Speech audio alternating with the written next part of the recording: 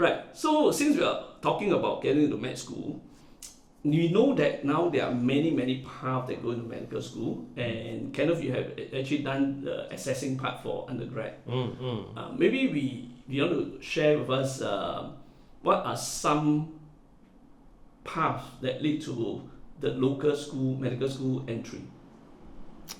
Well, I'm not so familiar with the paths for local medical school entry.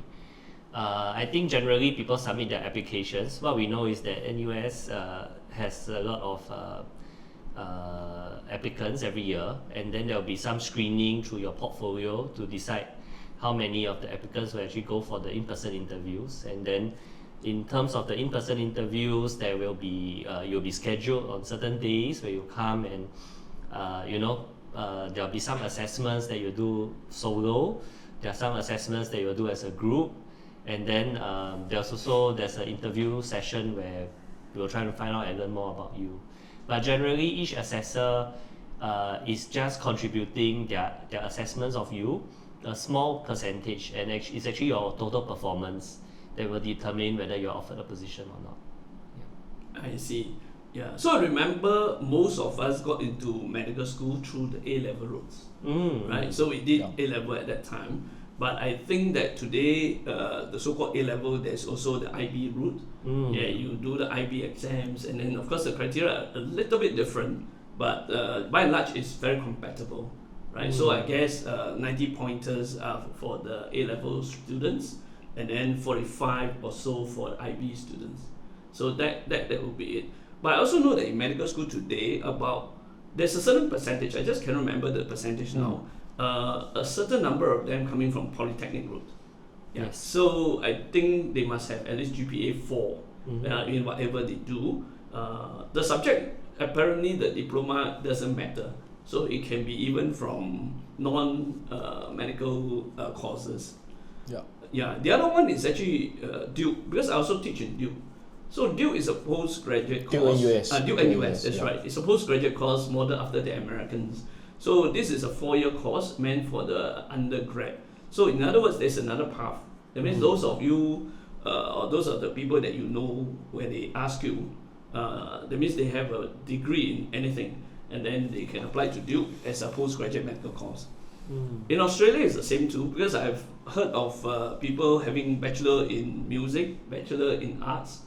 I have even heard of one student bachelor in theology, get into the medical school. Yeah, so those are, at least I know some of them there. Is it in Australia or New Zealand, is it the same as well?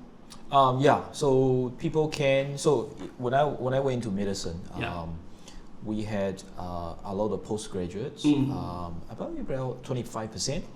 I remember there was one guy who had a PhD in chemistry, right? And there are some Bachelor of Arts students. To me, I don't know, I just feel when they go into medical school, they bring a degree of maturity, more logical and more common sense than your high school graduates. Yeah.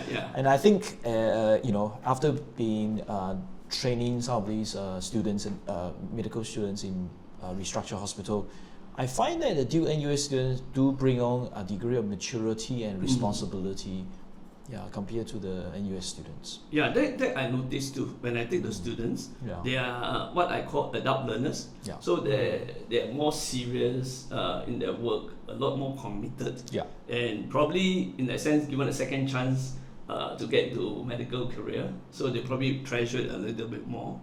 And like you say, maybe because they're older as well. Yeah. Have you heard of the twinning program? No. Have you heard of the twinning program? No. No? Have you heard of IMU? Yeah. IMU? The Malaysian International Medical School, is it? International Medical University. Yeah. Yes. So there is a training program, another way to get into medical school. So you do a pre-med in IMU, and then after that, with that result, you twin with one of the overseas university. Yeah. Then when you graduate, you will get a degree from the twinned university. You're bonded and you have to go back to Malaysia. I'm not sure about that one. Is that so right? we do have some of those IMU students in New Zealand. They get bonded. They have to go back to Malaysia to work. Why should they be bonded? Who pay for them? The government. Oh, it's the government that pay for Some it. of the government scholarship they sends them out. Okay. Unless you break the bond. Okay. I'm not aware of the bond part. Yeah, but I think it's interesting because at least we cover a spread of different pathways to go into medical school today. Yeah. Have you heard of foundational school? No. You should have, right? From Australia. No. No. Okay, this is what I understand. Some of the students from Singapore, so they will apply through an agent to a college to do what they call foundational courses or class. Yeah. Like a pre-university, post-high school kind of 1 or 2 years. Yes, and then they take the Australian exams, and with that grade, they will actually get to the Australian medical school. Yeah. And some of the Australian medical school actually have training programs with this foundational school. Yeah. I think the more common ones will be in Sydney, Melbourne, and all that. I think almost everyone has one, but the more common one is Sydney and Melbourne.